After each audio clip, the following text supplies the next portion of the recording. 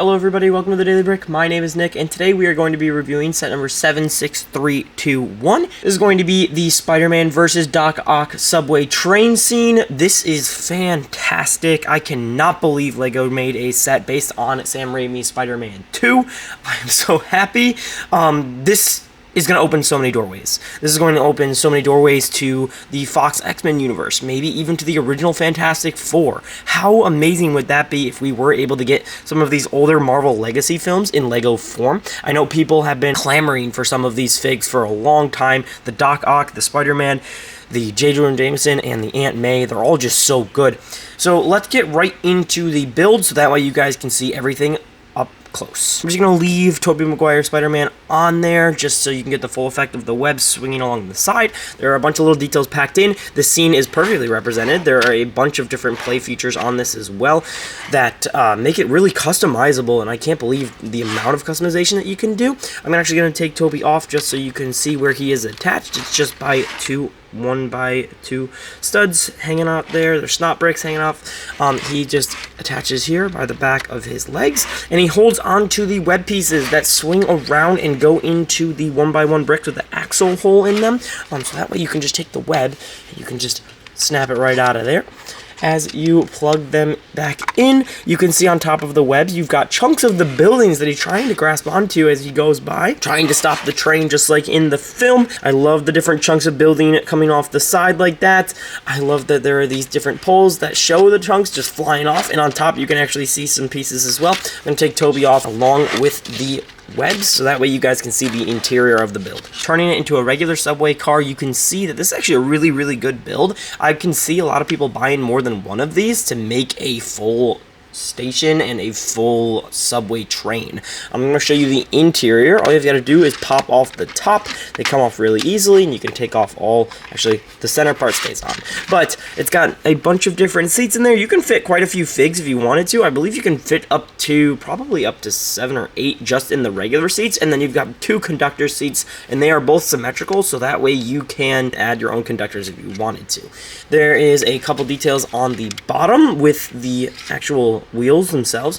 So you've got, they're really easy to take off. That's because they are giving you the additional option to add a 2x2 rotary plate on there, so that way you can add that, and that way the wheels, while they're attached to the base of the train, can turn. I personally like it without the 2x2 plate there, just because I don't like how much it tries to spin the wheels on me, and I would rather have the scene from the movie where it's the straightaway. Moving on to the windows, there are going to be a couple stickers on here to make it look like the glass has been shattered, and it's going to be the same on both sides, and then you've got some stickers over here on 2x2 plates. This set comes with a total of 4 minifigs, that being Tobey Maguire Spider-Man, Alfred Molina Doc Ock, Aunt May, and J. Jonah Jameson. I am so excited that we are getting these figs, especially in the Sam Raimi era. Let's take a look at each one individually so that way you guys can get a closer look. We're going to start with Aunt May. Aunt May is a pretty cool fig. She's got a nice sweater torso right there with a new face print, I believe. I don't know if that's been used in any other set. I feel like it would have been used in a Harry Potter set if it was used in anything else.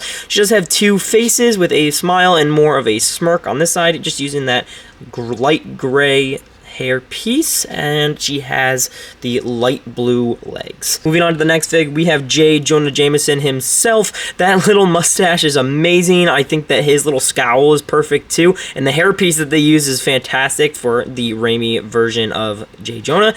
It comes up to the sides really well there, and it's just that Zane hair piece. Another Marvel set with a Ninjago piece in it. That's pretty cool to see. This torso, I believe, is the same torso as Michael Scott and Professor X as of recent. He has no leg printing on the legs, but that torso is used in Professor X and Michael Scott. So nothing new here on his torso, but that face print and that hair piece are new for J. Jonah. We're going to move on to Tobey Maguire's Spider-Man, Peter Parker and Spider-Man right here. This is a fig that is very reminiscent of the one that we got from the No Way Home Final Battle set. I love the different details on him. I'm trying to get the camera to focus a little bit better there.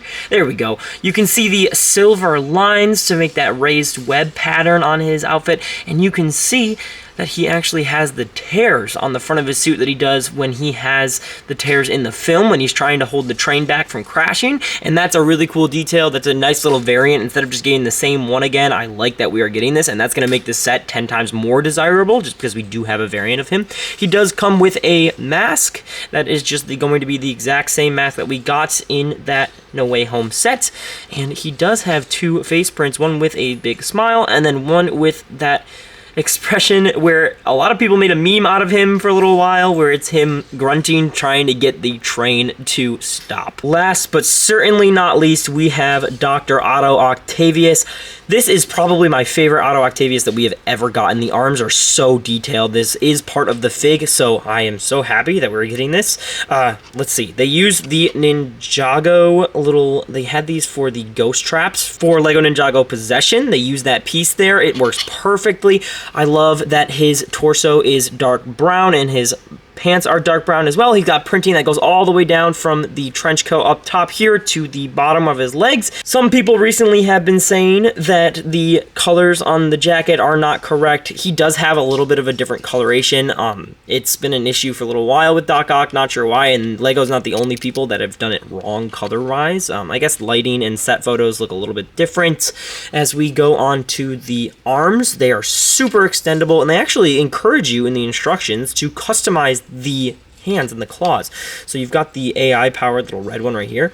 I like to take these ones, the one that comes with the extra extending claw, and keep them up at the top, so that way you can put the ones with the red lights towards the bottom. So I'm going to take this one off, and I'm going to put this one down here on the bottom. Let's see.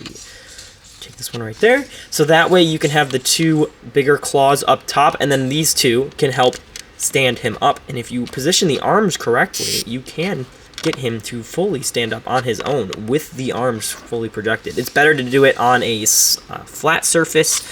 It's not very flat where I'm trying to do this right now, so it's probably not going to work, but let's see. I can get him to semi-stand. It's almost there, and there you go. You can see he's standing on his own, which is so cool. I'll move him back just a little bit, that way you can see, but that's awesome.